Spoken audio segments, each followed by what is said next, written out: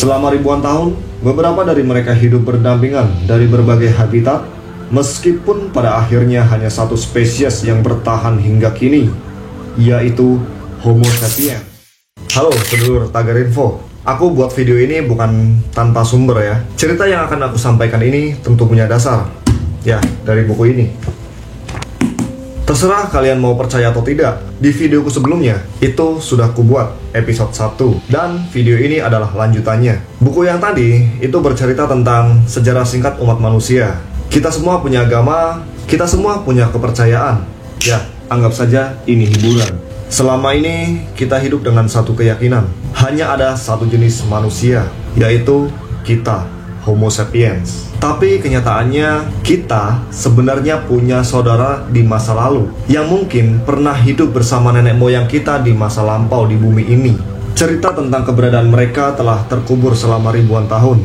Hingga kini kita mulai menguak rahasia yang tersimpan rapat itu. Mari kita sebut manusia sebagai makhluk yang masuk dalam satu keluarga besar yang disebut genus Homo. Homo sapiens adalah salah satu spesies manusia di dalam genus ini. Dulu ada banyak sepupu kita dalam genus Homo yang berbeda. Mereka hidup, beradaptasi, bahkan berburu dan berkumpul seperti kita saat ini. Ada Homo neanderthalensis atau lebih dikenal sebagai Neanderthal yang kuat dan mampu bertahan di iklim dingin Eropa. Ada juga Homo erectus yang dikenal karena kemampuan mereka untuk berjalan tegak dan menjelajah hingga ke Asia. Sekitar 2,5 juta tahun yang lalu, manusia pertama kali evolusi di Afrika Timur. Mereka adalah keturunan dari spesies kera yang lebih tua bernama Australopithecus, yang berarti kera selatan. Bayangkan, sekitar 2 juta tahun yang lalu, sekelompok manusia purba meninggalkan tanah asalnya di Afrika untuk berkelana ke belahan dunia lain. Mereka berjalan, berburu, dan bertahan hidup hingga mencapai Eropa, Asia, dan wilayah-wilayah lainnya yang kita kenal sekarang, yang tentu saja berbeda. Hal tersebut kita sebut nomaden. Namun, setiap tempat yang mereka singgahi itu memiliki tantangan dan kondisi yang berbeda-beda. Di Eropa yang dingin, mereka harus memiliki ketahanan tubuh yang berbeda dari mereka yang hidup di hutan-hutan tropis seperti di Indonesia. Perbedaan-perbedaan kondisi inilah yang membuat mereka berevolusi menjadi beberapa spesies manusia yang berbeda. Para ilmuwan ini memberikan nama spesies-spesies ini menggunakan nama Latin seperti Homo habilis, Homo erectus, Homo neanderthalensis, dan akhirnya Homo sapiens, yaitu kita. Selama ribuan tahun, beberapa dari mereka hidup berdampingan dari berbagai habitat, meskipun pada akhirnya hanya satu spesies yang bertahan hingga kini, yaitu Homo sapiens. Namun, apakah cerita kita akan berhenti sampai di sini? Ilmuwan kini memperkirakan dengan perkembangan teknologi dan genetika, mungkin saja manusia non-sapiens akan muncul kembali, atau bahkan kita akan berurusan dengan manusia baru yang berbeda dari Homo sapiens. Mungkin di masa depan, saudara-saudara kita akan hadir kembali dalam bentuk yang berbeda, bentuk yang belum tentu kita ketahui. Mungkin kita akan menyaksikan babak baru dalam kisah evolusi manusia. Sebuah pertemuan kembali antara Homo sapiens dan manusia-manusia lainnya yang telah lama hilang. Zaman es yang menggigilkan tulang-tulang di Eropa Barat dan Asia Barat. Di sana hidup spesies manusia tangguh yang dikenal sebagai Homo neanderthalensis atau lebih populer disebut Neanderthal. Mereka jauh lebih kekar dan kuat dibandingkan kita, Homo sapiens. Mereka hidup di tengah kerasnya iklim dingin. Tubuh mereka yang berotot dan gempal membantu mereka bertahan dalam cuaca ekstrim yang menyelimuti Eropa dan Asia Barat kala itu. Sementara itu, di tempat yang lebih ke timur, tersebarlah manusia spesies lainnya, yaitu Homo erectus atau manusia tegak. Mereka berhasil bertahan di Asia selama hampir 2 juta tahun. Coba bayangkan, mungkin kita Homo sapiens akan sangat sulit bertahan selama jutaan tahun tersebut. Bahkan, banyak ilmuwan yang meragukan kalau kita akan tetap eksis hingga 1000 tahun mendatang, mengingat berbagai tantangan yang kita hadapi saat ini. Kalau kita bergerak lebih jauh ke selatan, kita akan sampai di Indonesia, tepatnya di Pulau Jawa. Di sini hidup Homo soloensis atau manusia dari lembah Solo yang tubuhnya cocok dengan iklim tropis Indonesia yang panas. Akan tetapi, ini belum semua. Ada kisah yang sangat unik di salah satu pulau lain di Indonesia. Setelah kita sampai di Solo, mari kita menuju ke Flores, sebuah pulau kecil di Indonesia. Pulau ini menyimpan cerita yang tidak biasa. Dahulu kala, ketika permukaan laut lebih rendah, manusia berhasil mencapai Flores dari daratan utama. Tapi kemudian, air laut kembali naik, dan beberapa manusia terjebak di pulau tersebut. Karena pulau ini tidak punya banyak sumber daya, manusia-manusia besar yang membutuhkan banyak makanan tidak mampu bertahan hidup. Sementara itu, mereka yang bertubuh lebih kecil bisa bertahan dengan baik. Secara perlahan, generasi demi generasi, tubuh mereka semakin mengecil menyesuaikan kondisi alam Flores yang serba terbatas. Mereka berevolusi menjadi spesies manusia kecil yang kita kenal sebagai Homo floresiensis atau manusia Flores. Tingginya hanya sekitar 1 meter dengan berat badan sekitar 25 kg. Meskipun kecil, jangan remehkan kemampuan mereka. Mereka tetap mampu membuat perkakas dari batu dan bahkan terkadang berburu gajah yang hidup di pulau itu.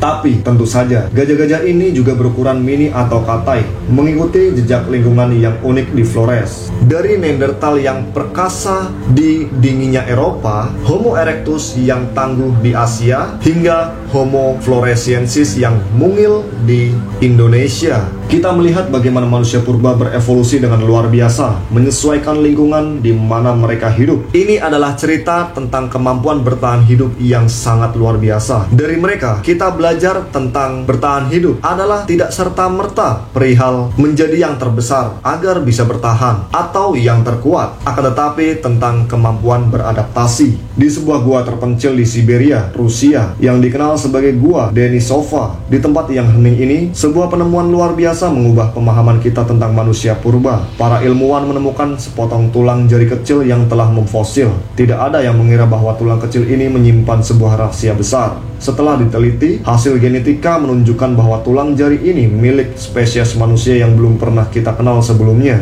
Mereka pun menamainya Homo denisova atau manusia Denisova. Siapa yang menyangka di goa yang kecil itu tersimpan sebuah jejak saudara kita yang telah lama terlupakan.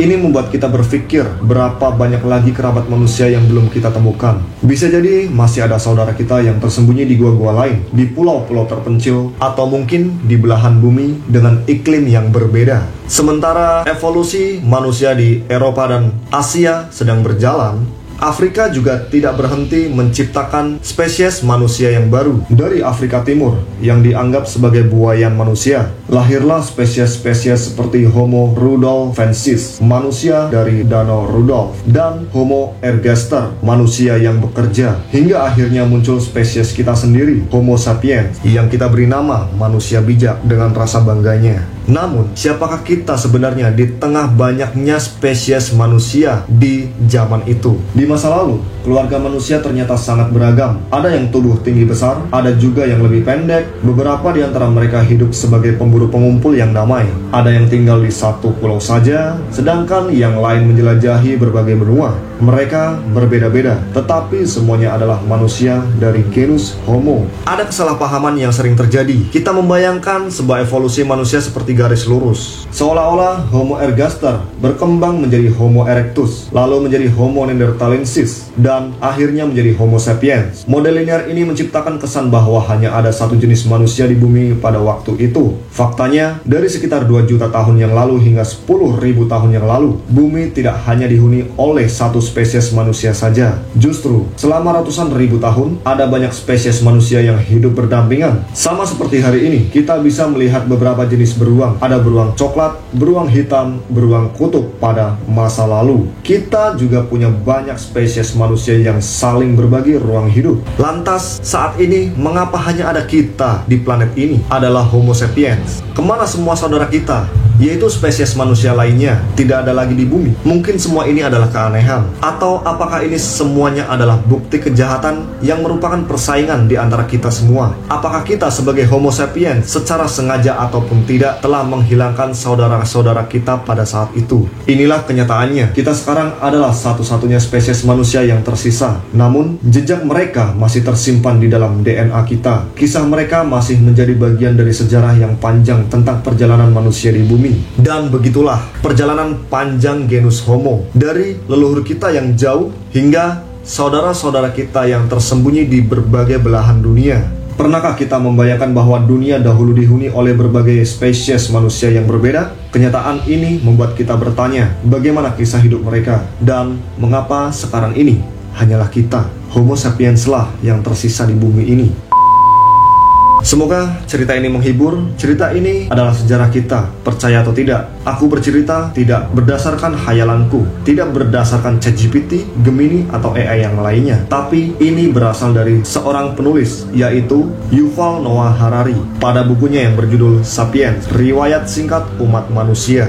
Terima kasih sudah menonton hingga akhir. Semoga bermanfaat. Jangan lupa subscribe dan lanjut ke episode berikutnya.